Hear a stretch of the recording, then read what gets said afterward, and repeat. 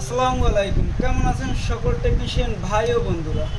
আশা করি সকলে আপনারা ভালো আছেন, কিন্তু আবার ভালো না থাকার অনেক কারণ আছে। কারণ হইলে যে বর্তমান টুলসের যে পরিমাণে দাম বাড়ছে, তো টেকনিশিয়ান ভাইরা মনে হয় না খুব একটা ভালো আছেন।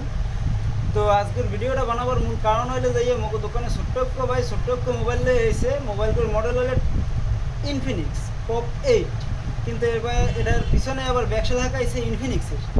মোবাইলটা টেকনো, কিন্তু ব্যবসা লাগাইছে ইনফিনিক্সের।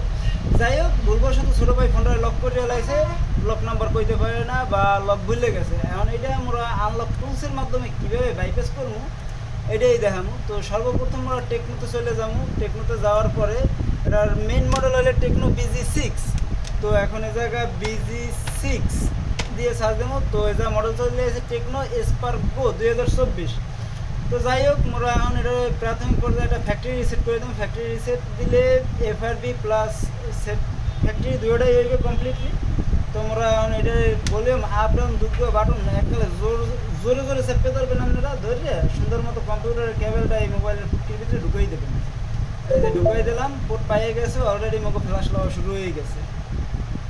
যাই হোক, আপনার কোথায় জাগো আনলক টুলস আছে, আপনারা কীভাবে ফ্ল্যাশ করবেন এই ফ্ল্যাশটা দেখাই দিলাম, যে আনলক টুলস দিয়ে কীভাবে কাজ করতে হয় বা কীভাবে করলে আপনারা খুব শর্টকাট করতে পারবেন, সব মডেল সহকারে দিয়ে দিছি। আর মোগো এই ভিডিওটা যদি আপনার কোথায় ভালো লাগে থাকে, তাহলে অবশ্যই মোগো চ্যানেলটা লাইক এবং সাবস্ক্রাইব করে পাশে থাকবেন।